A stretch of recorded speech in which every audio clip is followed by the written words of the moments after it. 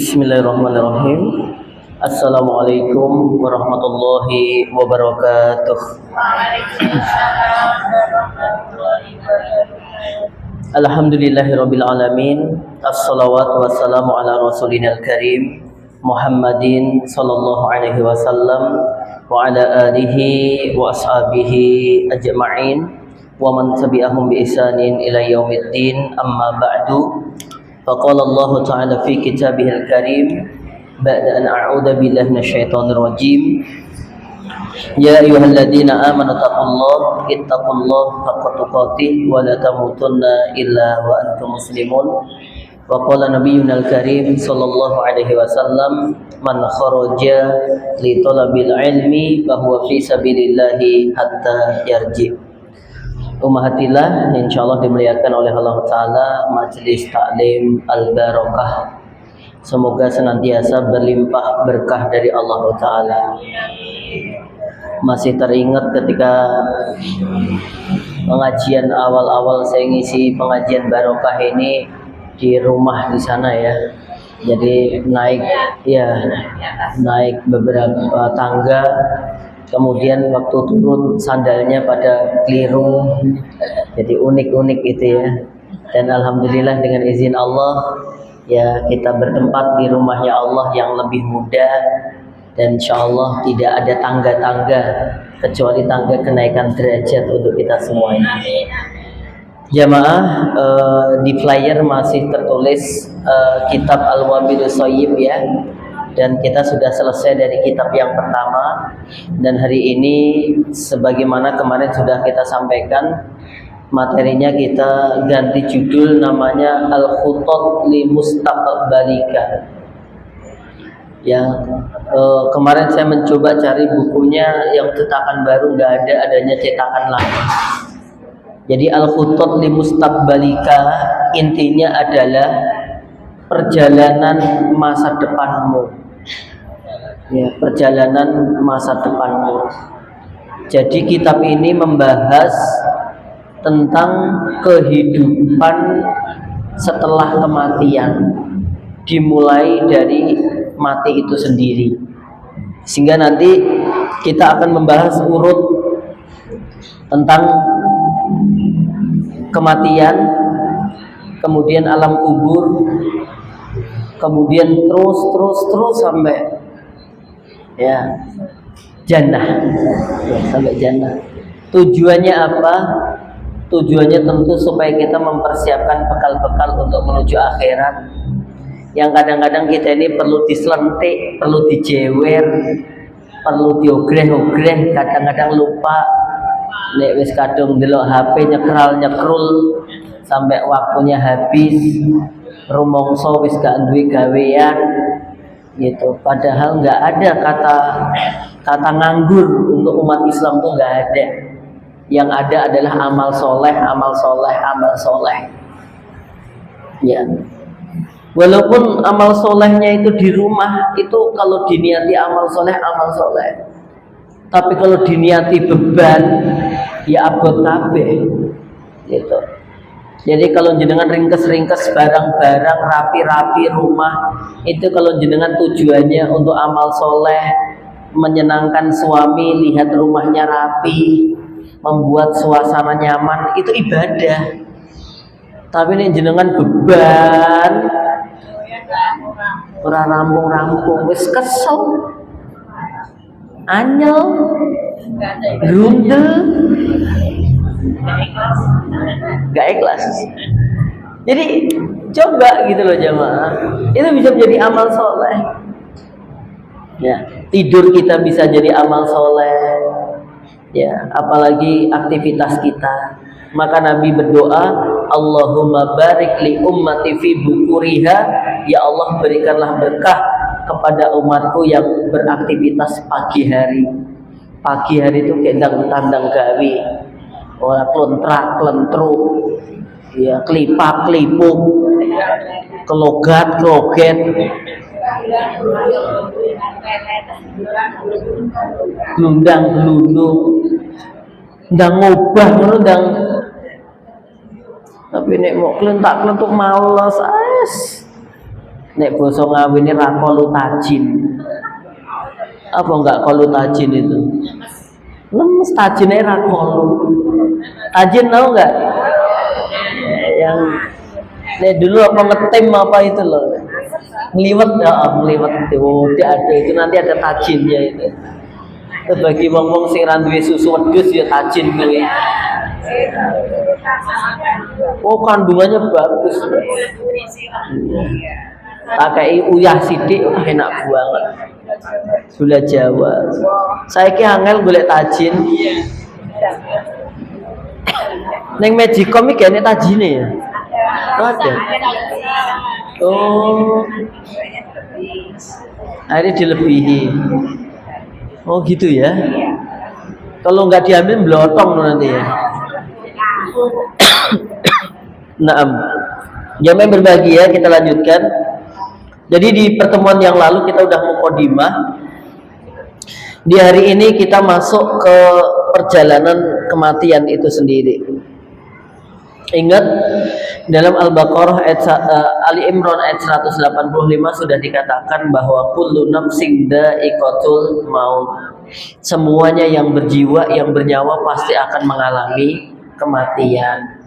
Dan kematian ini enggak melihat usia. Syaratnya tidak harus tua. Banyak orang-orang yang masih muda meninggal dunia. Ya, apalagi yang tua harus lebih siap-siap gitu. Harus lebih siap-siap. Walaupun ada ibarat bahwa kambil itu ceblok, nggak mesti kambil, nggak mesti degan, ya, nggak mesti bluluk. Kadang ada yang bluluk, cengkir, ya, kambil, degan, semuanya pantas untuk jatuh. Artinya semuanya kita pantas untuk meninggal dunia. Gitu. Jadi nggak usah menghindar. Allah katakan dalam surah Al-Jumu'ah, "Qul innal mautal ladzi tafirruna minhu fa innahu mulaqikum, tsumma turadduna ila 'alimil ghaibi wasyahadah fayunabbi'ukum bima kuntum ta'malun." Wahai Muhammad, katakanlah kepada orang-orang, jika kalian mencoba lari dari kematian, justru kematian itu yang akan mendatangimu. Gitu. Enek sing keterlaluan wedine. Ada sing wedi mati apa? Gak gelem turu. Gitu. Saya jenguk salah satu jamaah pengajian. Ya, sakit dirawat di Dokter Un. Saya datangi. Kemudian dia bilang, "Ustaz, aku nggak mau tidur di sini, Ustaz." Nah, kenapa, Bu? Kan disuruh istirahat. Saya takut bablas mati, Ustaz. Aku melek wae, Ustaz. Padahal justru orang meninggal itu melek. Iya kan? Maka ketika nyawa itu dicabut, diikuti pandangan mata. Nah gitu kan? Habis itu disuruh meremke. Oh berarti nek mati melek. Aku tak merem bae. Merem aja bablas. Jadi artinya bahwa bukan merem meleknya. Gitu. Yang merem juga bisa mati, yang melek juga bisa mati. Apalagi sekarang kita mau mencoba menghindari kematian. Ustadz, anaknya Pak RT meninggal. Lah kenapa? Kecelakaan motor. Langsung kita bilang, mulai sekarang ojo enek sing numpak motor. Gitu. Ada kabar lagi, Ustadz tetangga sebelah meninggal, kenapa naik mobil? Ojo enek sing numpak mobil. Aku saiki mau numpak mobil. Ngapa? Wedi mati. Ada kecelakaan pesawat terbang. Ora gelem numpak motor mabuk. Terus ada kabar wong bar tuku mie ayam mati. Habis itu dia nggak mau beli mie ayam. Terus ada tetangganya tidur bablas mati. Terus nggak usah tidur gitu. Nggak bisa. Udah. Kita nggak perlu khawatir tentang bagaimana ya kematian kapan di mana. Udah. Ya, yang penting apa? Persiapkan diri kita untuk mati yang baik. Ada sebuah hadis dalam kitab Riyadhus Shalihin bab jujur, di sana dikatakan, "Man sa'alallahu syahadata bisidqin ballaghahu Allahu manazilas syuhada wa in mata ala firashihi." Barang siapa yang dia berniat meminta kepada Allah untuk mati syahid dengan jujur, dengan benar, serius dia minta kepada Allah mati syahid, ballagahullahu manazil syuhada, Allah akan sampaikan dia sebagai seorang yang mati dalam keadaan syahid. Allah antarkan dia menjadi bagian daripada syuhada. Wa in mata ala firashihi, sekalipun meninggal dunianya di atas tempat tidurnya. Tapi kalau dia berniat benar-benar ingin mati syahid, cita-citanya bagus, walaupun meninggal di atas ranjang, di atas kasur yang empuk, dia tetap dicatat sebagai orang yang mati syahid. Kejadian ini menimpa siapa? Menimpa dalam arti yang terjadi pada diri Khalid bin Walid. Khalid bin Walid ini Masya Allah jamaah, Saifullah, pedangnya Allah, bolak-balik jihad, nggak syahid-syahid di lapangan. Padahal beliau pemimpin, panglima perang. Kalau setiap memimpin hampir selalu menang. Ya, kalau perang nggak ada rasa takutnya. Qadarullah meninggalnya bukan di medan perang. Beliau meninggal di atas ranjang. Ketika dilihat, Masya Allah, di tubuhnya ada sekitar 70 luka. Ada yang mengatakan 70 luka itu semuanya di depan. Semuanya di depan jamaah. Menunjukkan apa? Pemberani, perang berulang kali, dan gak pernah lari dari medan tempur. Nek ning guri mbok menawa kena mlayu kan. Ngarep kabeh jamaah. Coba, ini Khalid bin Walid. Karena minta mati syahid dengan sungguh-sungguh, sekalipun meninggalnya di atas ranjang, beliau tetap dicatat sebagai orang yang mati syahid. Masya Allah, kematian yang dirindukan, yang Masya Allah ya. Kayak misalkan kita lihat para syuhada Uhud, di antaranya Hamzah bin Abdul Muthalib dengan 70 sahabat yang di sana. Pernah jamaah kuburan Uhud itu pernah kena banjir. Karena kena banjir, mayit-mayit itu ngumpul, kemampul itu, dan jenazahnya itu masih utuh semuanya dan dalam keadaan wangi. Masya Allah. Kenapa? Karena mati dalam keadaan syahid. Wah, itu yang kita rindukan jamaah. Nek Khalid bin Walid itu 70 lukanya di depan semuanya. Masya Allah, Khalid bin Walid. Nek awake dhewe ning guri kabeh kerokan. Blarut ya jemaah. Itu bukan luka perang itu. Ya, karena dikeroki sama suami atau istri. Kayak ngene kerokan ngantek galen-galen ngene. Ora abang meneh, ana sing gosong ireng-ireng itu. Jemaah, ada lagi seorang sahabat namanya Umar bin Khattab. Umar bin Khattab ini ketika wukuf di Arafah, selain beliau berdoa Rabbana atina fid dunya hasanah, yang selalu beliau minta apa? Matikan aku syahid atau syahidkan aku di Madinah. Itu terus yang diminta. Ya Allah, takdirkan aku mati syahid di Madinah. Padahal Madinah sudah menjadi negara Islam. Kan kayaknya nggak mungkin lagi terjadi peperangan di Madinah. Tapi Umar ini pengennya begitu, mati syahid dan lokasi syahidnya di Madinah. Qadarullahnya apa? pas beliau menjadi khalifah, sedang memimpin sholat, kemudian beliau ditusuk dari belakang.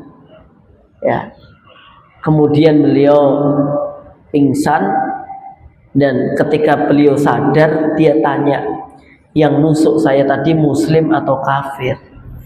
Dijawab, dia kafir, dia munafik, pura-pura sholat, ternyata hanya untuk menusuk Umar. Seneng Umar, alhamdulillah. Kenapa seneng? Berarti yang nusuk dia bukan muslim kan? Berarti beliau ditusuk oleh orang kafir. Kalau mati karena itu berarti matinya mati syahid. Lokasinya di mana? Di Madinah. Cocok banget nggak dengan doanya? Masya Allah. Makanya doa itu tabaraka rahmat. Ada riwayat yang mengatakan tidak langsung syahid beliau beberapa waktu. Jadi kalau waktunya makan gitu nggak sadar. Waktunya makan nggak sadar, tapi kalau waktunya sholat sadar. Jadi sadar, inget sholat aja, sadar inget sholat, nggak inget makan. Nek kita ingetnya apa? Waktunya makan inget, waktunya sholat orang sadar. Masya Allah tabaraka rahman. Maka mintalah mati syahid kepada Allah, nggak apa-apa. Minta mati husnul khotimah, lu kan nggak boleh minta mati Ustaz. Yang nggak boleh minta mati itu maksudnya gini loh, kita sedang ada ujian, sakit nggak sembuh-sembuh, terus ya Allah aku pengen mati wae, ya Allah mati wae, atau ditagih hutang raiso bayar, aku pengen mati wae ya Allah, aku pengen mati wae ya Allah gitu. Atau misalkan dia punya anak, qadarullah anaknya kena masalah, ya Pak gue orang kuat mikir ke anaknya, ya Allah aku mati wae ya Allah, mati wae ya Allah, itu nggak boleh. Kalau kepepet harus meminta mati kepada Allah, ya Allah, jika mati lebih baik untukku, kumohon wafatkan aku, tapi jika hidup lebih baik untukku, berikan aku kehidupan. Gitu aja, hanya kalimat doa, tidak sampai melakukan sebuah tindakan bunuh diri. Ya. Kadang-kadang kan ada orang yang imannya nggak kuat kayak gitu jamaah, karena nggak mampu menghadapi masalah akhirnya bunuh diri. Aku mendapati banyak banget jamaah di daerah-daerah saya itu, ya karena masalah duit akhirnya apa, gantung, ya karena sakit nggak kunjung sembuh, gantung, ya. Jadi banyak banget yang gantung-gantung bunuh diri kayak gitu. Kalau di Solo ini aku mendapati orang bunuh diri yang lihat sendiri, yang rencana bunuh diri ya, itu 2. Yang berdasarkan kabar yang cukup aku mengikuti beritanya, satu atau 2 lah. Yang benar-benar saya melihat langsung percobaan bunuh diri adalah di depan pondok saya jamaah. Jadi waktu itu saya lagi bekam, para santri sedang bermain bola malam-malam. Tiba-tiba di depan pondok itu ada suara krosek gitu. Krosek guyek gitu. Ya, apa gitu. Akhirnya kita penasaran, kita cari, dan di depan itu ada pohon jati. Ternyata ada bapak-bapak mencoba bunuh diri, tapi rempakon. Jadi talinya itu diikatkan ke atas pohon jati. Lah jati ini mentiung.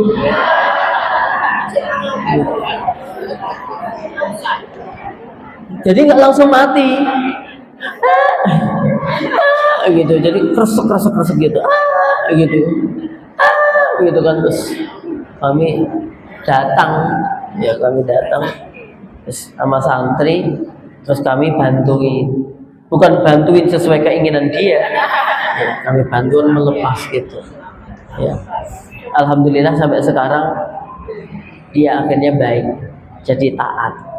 Ternyata mati ki loro, urung mati ya wis loro gitu ya. 1. Yang kedua, ada mbak-mbak putus cinta. Orang Solo saya nggak sebutkan namanya. Ketika dia putus cinta, tiba-tiba malam itu dibangunkan kayak BCI gitu loh. Ya, kayak bisikan halus, bangunlah, gitu, sholatlah. Akhirnya si mbak ini ngikuti bisikan itu, naik ke musola lantai 2. Sholatlah, hapuskanlah dosamu, bersandarlah kepada Allah. Akhirnya dia sholat tahajud si mbak itu.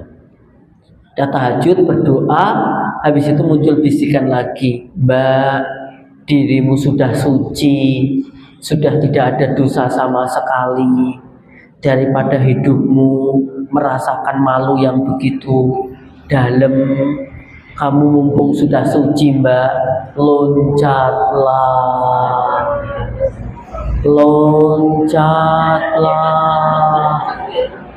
Ya orang ngono sih. Ya pokoknya disuruh loncat gitu. Ya. Akhirnya si mbak ini loncat, dia sama qadarullah gak mati. Nenek mati bisa cerita ke saya. Lah aku dapat cerita dari siapa? Wong yang cerita dia. Ininya patah.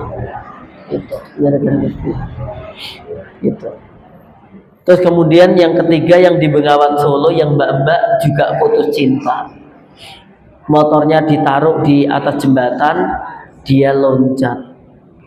Mati? Enggak. Wong dia pinter ngelangi.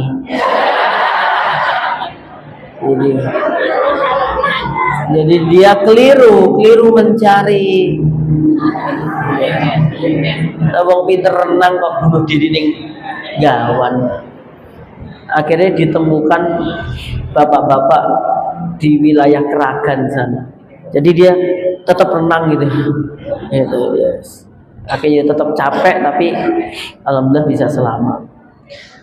Makanya bunuh diri itu haram hukumnya. Ya haram. Jadi nggak percaya dengan takdirnya Allah Subhanahu Wa Taala. Sesulit apapun, seberat apapun ujian, tolong jangan sampai mengarah kepada bunuh diri. Jangan. Ya. Sekarang kalau mau bunuh diri itu kan caranya gampang-gampang aja kan.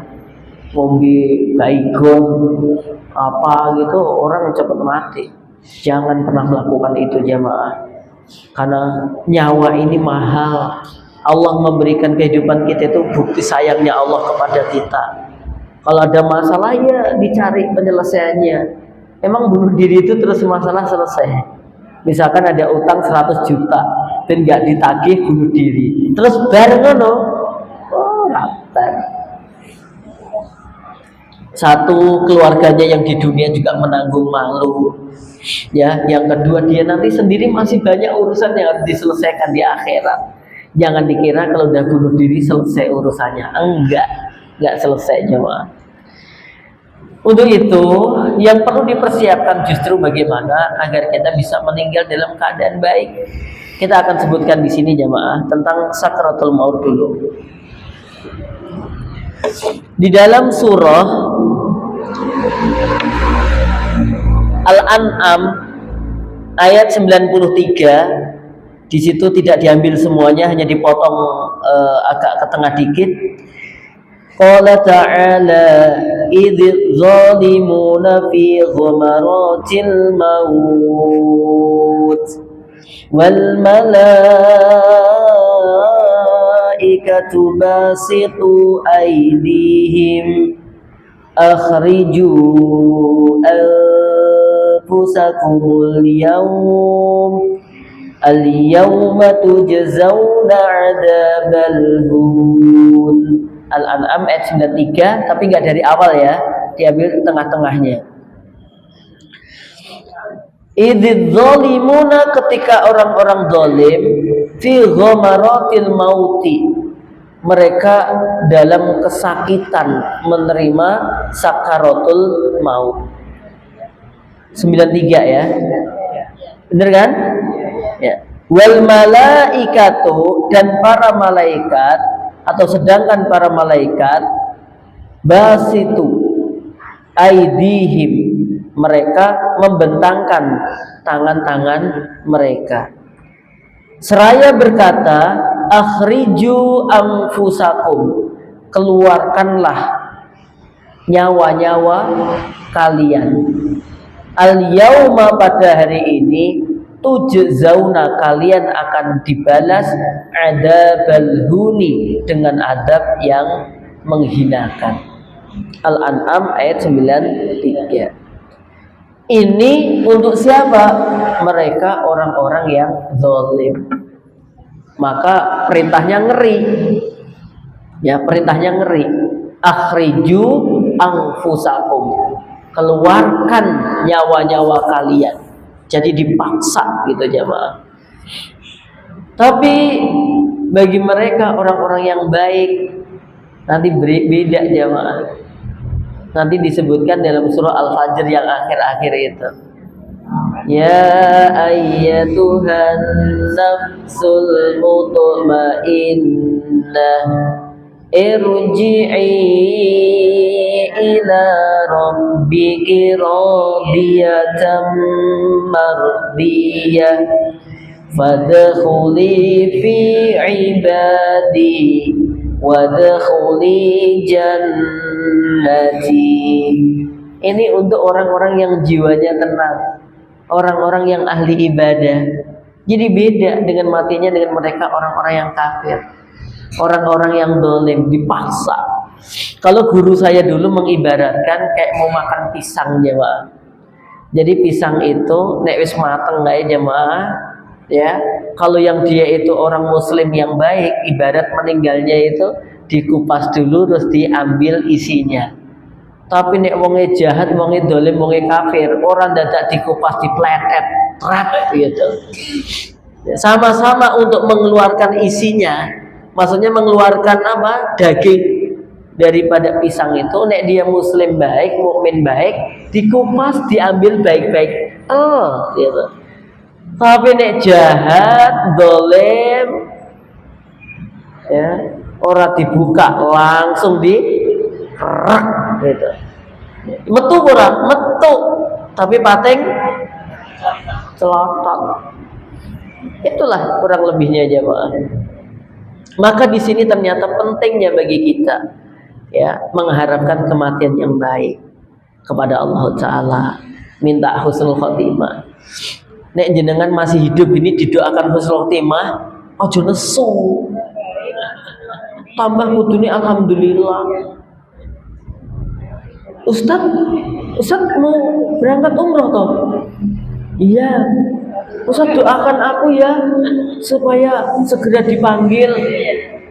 Ya Allah, mudah-mudahan jamaah saya segera dipanggil dalam keadaan husnul khotimah. Ustaz, bukan dipanggil mati, dipanggil umroh.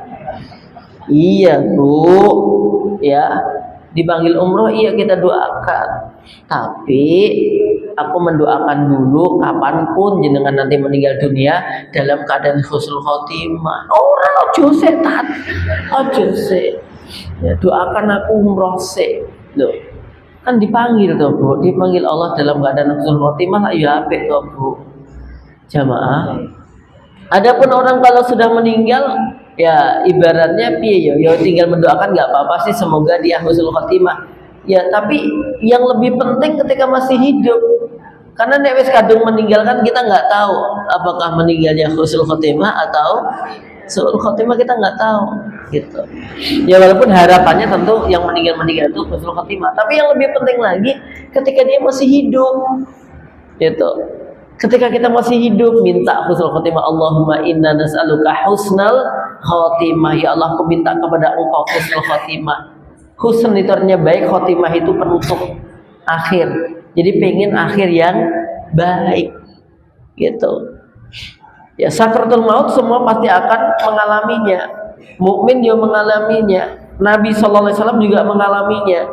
Bahkan beliau sampai keringat, wah berotos mili jamaah. Sampai anaknya bertanya, ya Rasulullah, ya abatah, wahai ayahku, kamu sakit wahai ayahku. Ya kata Fatimah, iya Ndu, aku sakit gitu. Tapi sakitku ini 2 kali daripada sakitnya umatku. Karena aku memang juga diberi pahala 2 kali lipat daripada umatku. Jamaah yang berbahagia, Maka kita mewaspadai diri kita supaya tidak terjadi kedzaliman. Nah, ketika sudah meninggal dunia, maka di sini dikatakan tentang adab kubur ya, tentang adab kubur di sini.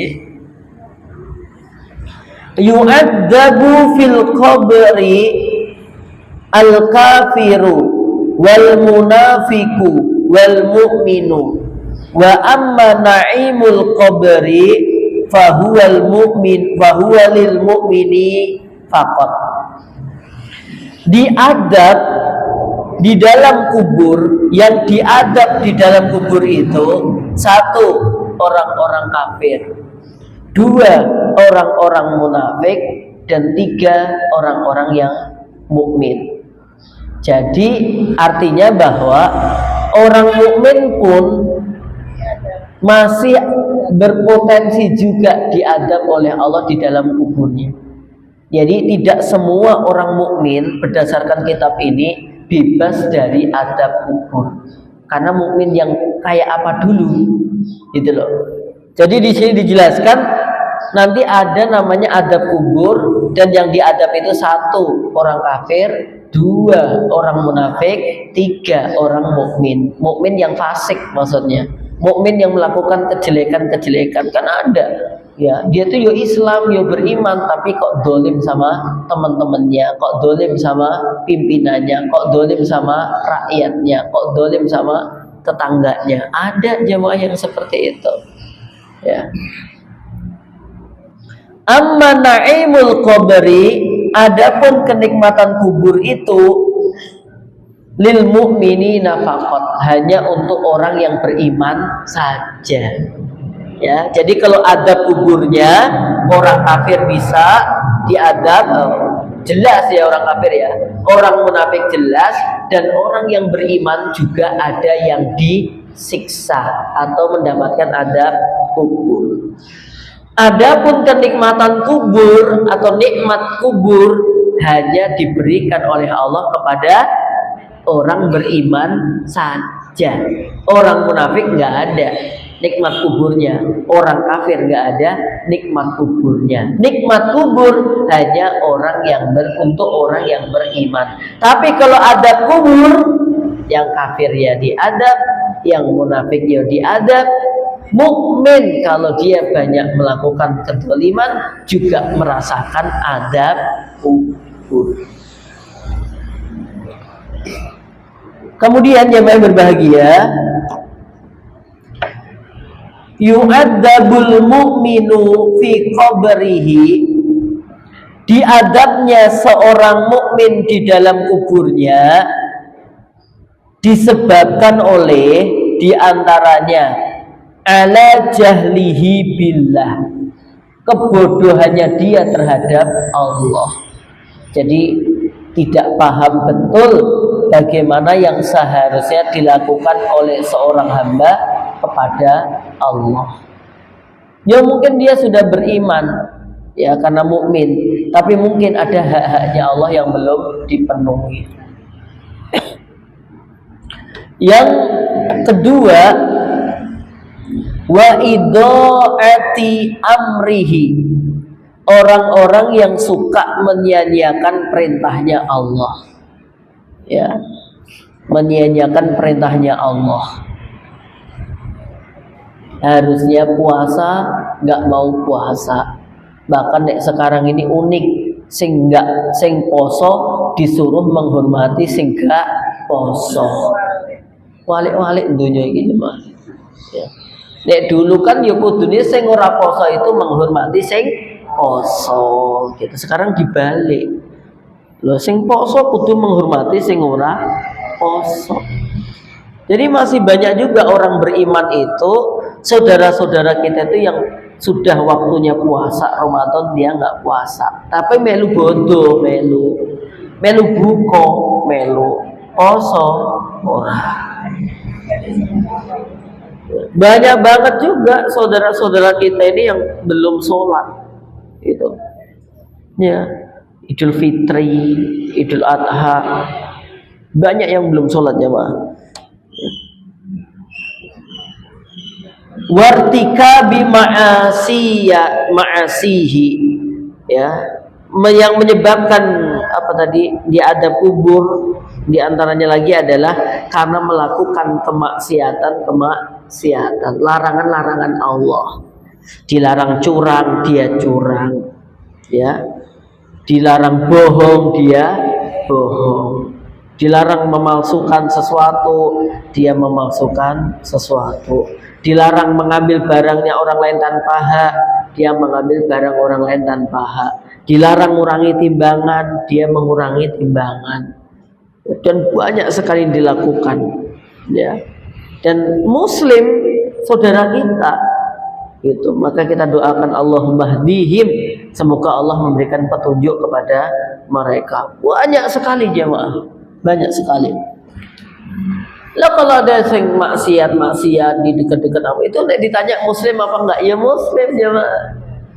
Gitu. Jadi belum bisa mengontrol dirinya supaya tidak terjadi kemaksiatan pada dirinya. Ini kejadian fakta yang ada kayak begitu jemaah.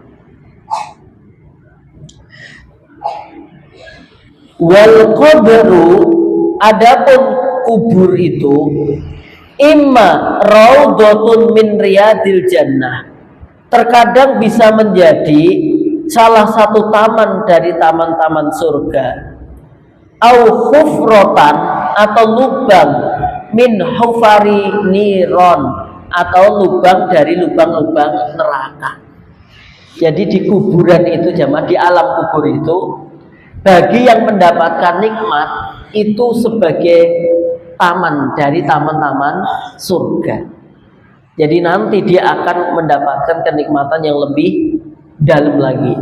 Tapi bagi orang yang disiksa, dia adalah adab kubur itu salah satu lubang dari lubang-lubang yang ada di neraka.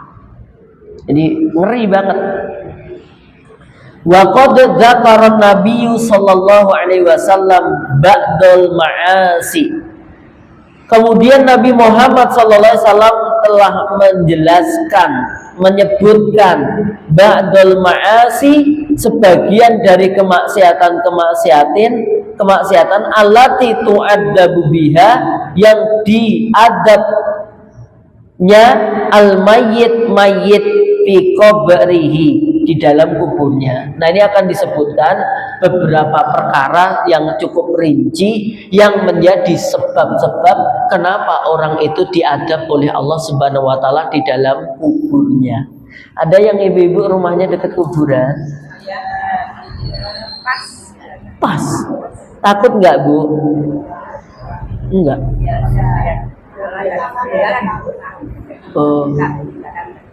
Oh, Masya Allah.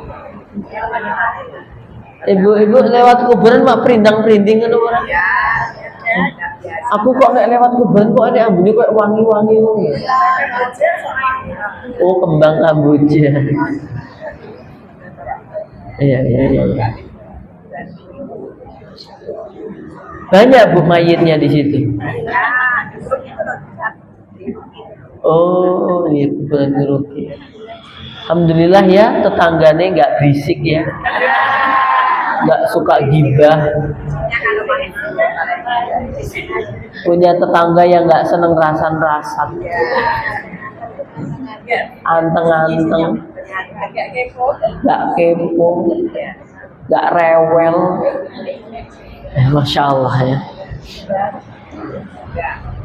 Nah, jamaah, jadi tentang adab kubur itu, ketika kita takziah mengantarkan jenazah ke kubur, maka sunahnya itu jenazah itu untuk segera dikuburkan. Jangan terlalu nunggu lama-lama.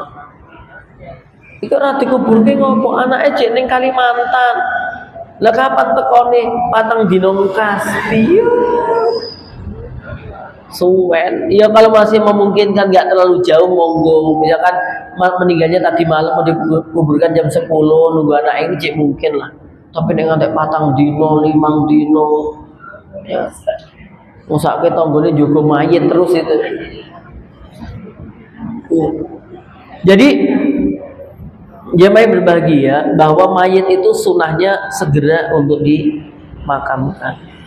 Kalau dia orang yang baik, karena dia pengen segera mendapatkan balasan dari Tuhannya. Kalau yang meninggal itu orang buruk, supaya kamu segera berlepas tanggung jawab dari ngurusi jenazah itu.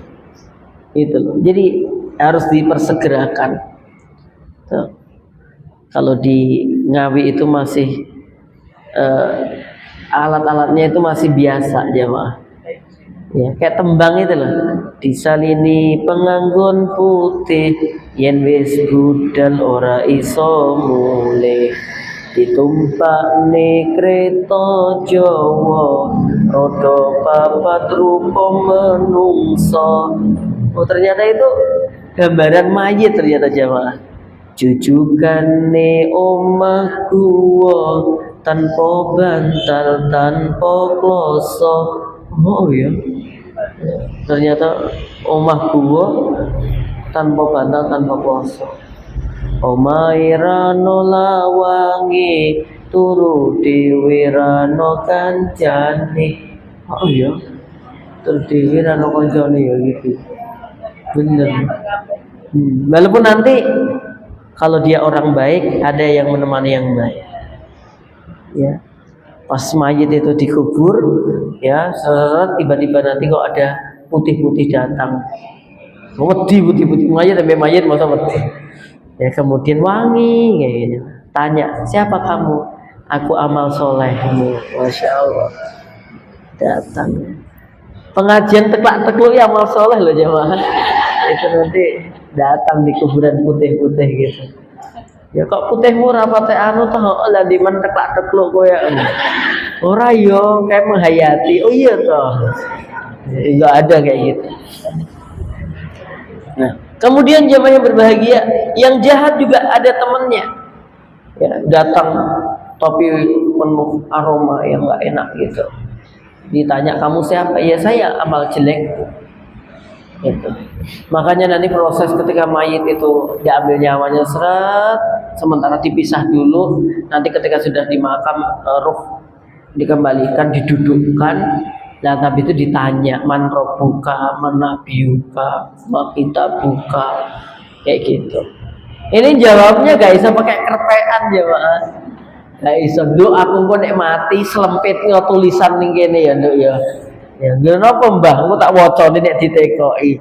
Bukan jawabnya kayak itu, jawabnya pakai amalan.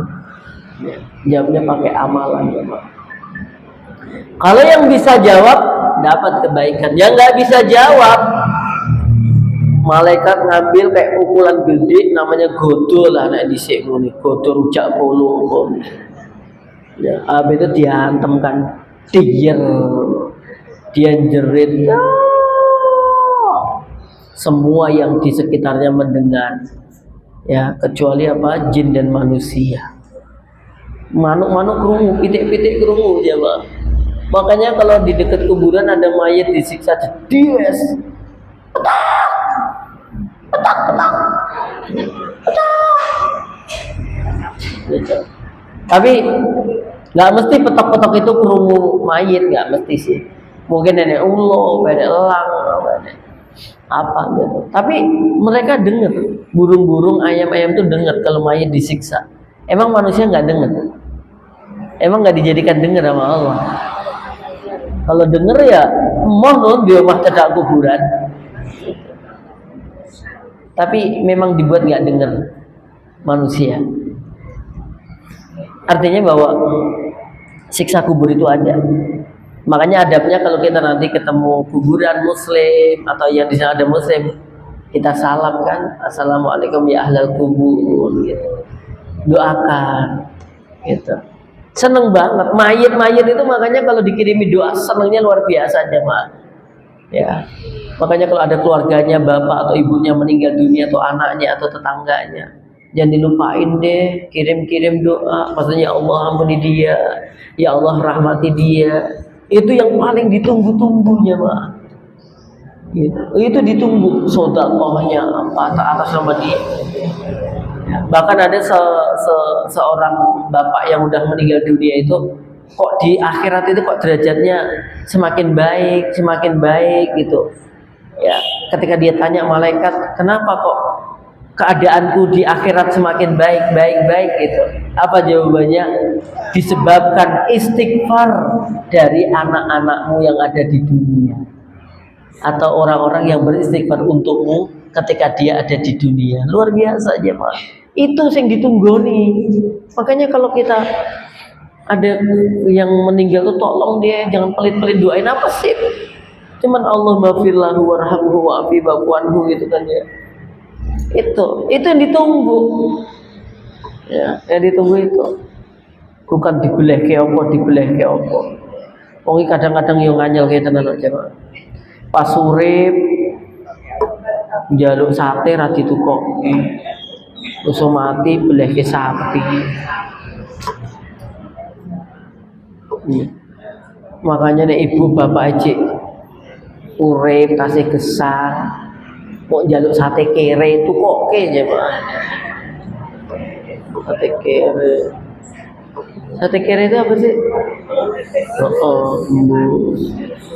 Itu njaluk apa gitu ya, belikan, njaluk buah belikan gitu. Karena pada akhirnya kalau udah meninggal barang unik-unik, gue sudah meninggal dikirimi ini dikirimi itu gitu ya. Yang penting tambah doa sedekah atas nama dia boleh Ustaz? Boleh ya.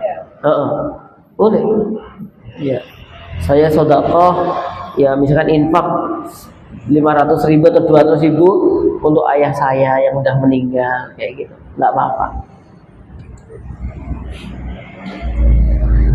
Nah, disebutkan di sini penyebab adab kubur. Yang pertama, ada mutanazzuh minal bauli fayakunu ala najasatin ba'da qada'i hajatihi. Yang pertama, tidak bersuci setelah pipis sehingga terjadi najis setelah dia buang hajat. Nah, ini kita nggak buru-buru ya, poinnya ngalir aja ya, karena kita targetnya kepahaman, bukan selesainya buku. Artinya saya jelaskan sidik-sidik guys. Jadi yang pertama kali disebutkan dalam hadis ini, kitab ini, yaitu tentang apa? Karena tidak bersuci dengan baik saat buang hajat. Ini perlu dihati-hati. Sing biasane pipis ning pinggir dalan wong lanang apa wong wedok? Astagfirullah. Sing biasane pipis ngadeg pinggir dalan ki wong lanang apa wong wedok? Jenengan menuduh nih. Kok yo iso lho pipis ning ngadeg aja, Bang. Ya Allah ya. Kedolimannya luar biasa gitu. Ya, saya tuh pernah di halte jemaah waktu kuliah nunggu bis. Wah, bener kosong jemaah. Wong jenenge halte itu lah nggo nunggu ya, ora nggo nguyuh. Padahal ning gure bisa ada tulisane lho, dilarang kencing kecuali anjing. Ya. Jadi ya karena halte kan ada aling-alingnya gitu loh mungkin. Ya, tapi yo hati-hati jemaah, pipis sembarangan, percikan-percikan itu. Saya pernah mengadakan kayak kayak eksperimen kecil gitu. Waktu itu lagi kering gitu jemaah, kering. Saya ambil air sedikit gitu, tak teteskan gitu. Tes gitu. Lah, muncratannya itu sampai mana? Ternyata jauh loh muncratannya itu jemaah. Ya makanya harus hati-hati kalau sholat, kalau wudhu atau pas buang air kecil di kamar mandi. Walaupun rotok ribet sidik, suwe sidik, tapi benar-benar suci. Mohon maaf agak ini dikit mungkin harus dilepas total ben nyaman, ben ya tidak terhimpit bangkai aneh, supaya nak ngalir wes gitu. Nggak ada yang tertahan. Kadang-kadang ketok wis bar boso pakai pakaian ternyata masih ada muncul lagi. Kenapa? Karena tidak tuntas. gitu. Terus harus hati-hati ya. Ini penting ini loh jemaah. Gara-gara sepele pipis enggak hati-hati bisa mendapat adab kubur. Termasuk hati-hati ke orang lain. Maksudnya gimana? Ya bisa jadi orang lain sudah hati-hati karena kita yang pipis sembarangan ngenai, walaupun dia nggak kena adab sih gitu, tapi kan hati-hati gitu jemaah. Islam itu indah. Jadi kalau ada pohon rembuyung, pohon rindang, nggak boleh buang air kecil, buang air besar di situ. Ya, itu nek peleme wong rasanya kayak opo. Ya nggak tahu sih, boy. Tapi yang jelas nggak boleh. Itu mengganggu kalau ada orang istirahat. Ya, arep penak-penak istirahat, ya Allah ampuni. Itu loh jamaah. Ya, ini penting, hati-hati ke kamar mandinya, dijaga kebersihannya. Ya, dikosek, diresiki, gitu loh. Kalau kelihatannya tadi kita keceriprat apa ora, mending ganti wae. Nek ketoke wis mau ketoke kena apa ora, mending ganti wae. Itu lebih aman. Itu nek wong lanang wae pipis muatet ora patut omeh wong wedok. Apa ya nek? Enak. Piyuh. Oh, jaman dhisik nggo juare ngono ya. Tuwadonge ember kan nek tanggane krungu kabeh. Klonang gitu. Yang kedua, yang menyebabkan seorang hamba mendapatkan adab kubur adalah an-namimah. Yufsidu bainasnaini bil kadib. Adu domba, yaitu merusak hubungan di antara dua orang dengan dusta. Mengadu domba namanya. Ya ngadu apalah namanya namimah. Misalkan kita memfitnah dia, kita juga memfitnah dia, sehingga dua orang ini akhirnya berseteru, akhirnya padu. Gara-gara kedustaan yang disebabkan oleh seseorang. Ini dosa besar, menyebabkan adab kubur. Walaupun kita ngerti beneran aja, jangan disampaikan kalau bisa. Ojo tumbak cucuan. Misalnya kita pernah ke sana, lagi ngelek-ngelek kono. Ora sah dengan lapor ke dadak rono. Gitu. Mbak we dialek-elek kono. Heeh, lho kok meneng wae. Lah aku kan menyimpan data, Mbak.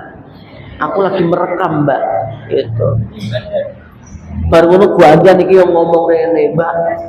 We dielokke kanibu kering lho, Mbak. Apa kanibu kering iki? Yo atos banget gitu. Wes pokoknya macam-macam lah. Ya, ini harus hati-hati. Ya, kalau ada seperti itu ya mending kita menasihati, Mbak jangan bilang kayak gitu. Belum tentu loh Mbak. Ora percaya misalkan. Hati-hati. Jangan jadi tumbak cucuan juga. Jangan menjelek-jelekan juga. Menjadi apa? Namimah menjadi sebab adab kubur. Ngeri. Ya ngeri. Ya. Ini namanya adab kubur atau siksa kubur. Dan kita percaya bahwa adab kubur itu ada dan itu benar-benar terjadi. Ya, di antara sebabnya apa tadi? Satu, pipis atau tidak bersih setelah pipis. Yang kedua apa? Mengadu domba. Yang ketiga, al-ghulul ma akhadahu minal ghanimah min ghairi wajhi haqqin. Kalau konteksnya dalam perang, yaitu mengambil ghanimah, harta rampasan perang yang bukan menjadi haknya. Atau kalau secara umum ya gulul, curanglah. Gitu, curanglah. Misalnya panitia kurban ngeterke ning gone sapa-sapa dikurangi sak potong. Kan dia ngeterke kresek gitu toh. Mbak, ternono 5 kresek ya. Yo, bae diundeli siji-siji. Tik gitu. Ini gulul. Atau pas melu korban, melu ngiris-ngiris, tibake ning kene iki wis enek kresek ning jero kene iki. Iya, kresek. Ngene.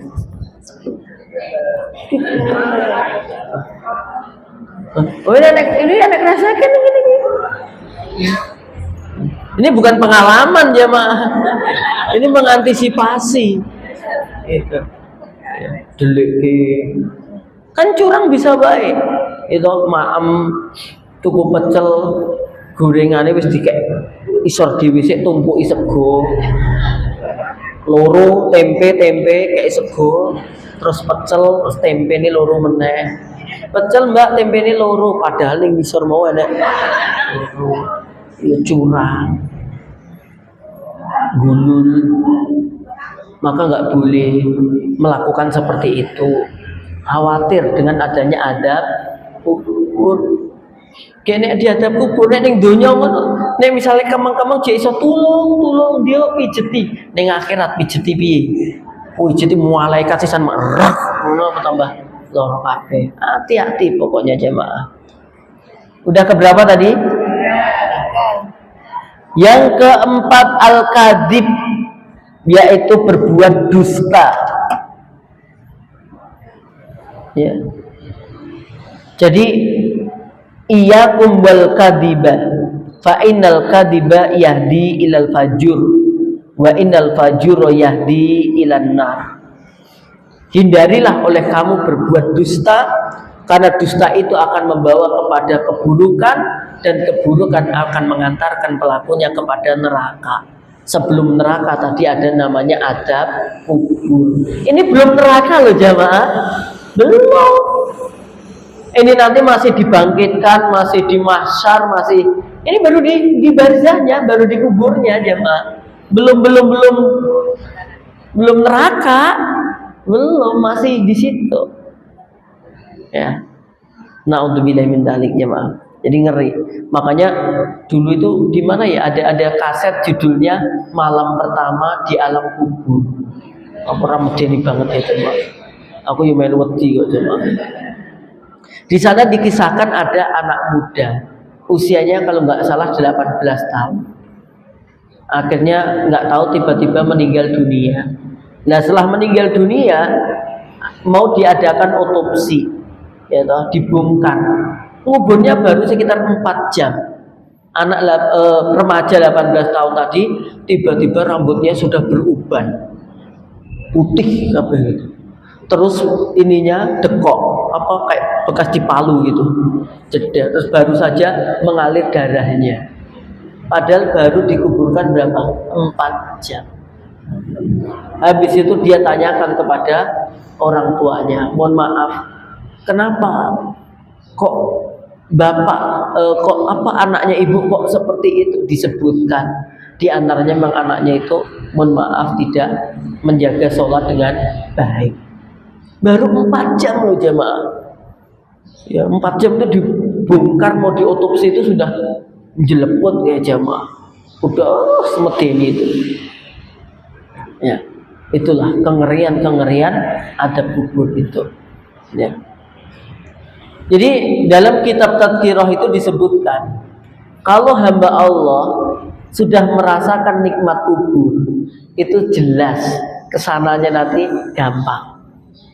Ya, berarti nanti dia akan mendapatkan kenikmatan yang lebih dalam lagi, maksudnya lebih baik lagi. Tapi kalau dikubur saja sudah mendapatkan siksa, fama ba'dahu asyaddu minhu, maka setelahnya akan lebih ngeri lagi. Jadi tolak ukurnya di situ. Jadi kalau dikubur sudah dapat siksa, jelas akan mendapatkan siksa yang lebih besar lagi. Kalau dikubur sudah merasakan nikmat, berarti perjalanan setelahnya akan sangat mudah dan akan mendapatkan surga. Patokannya di situ. Ya, maka persiapannya supaya dapat nikmat kubur ya saat ini di dunia ini. Gitu. Ya di dunia ini. Jangan sia-siakan waktu yang ada.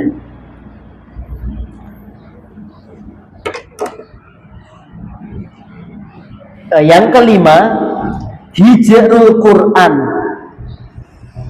Apa hijrul Quran? Berpaling dari Al-Quran.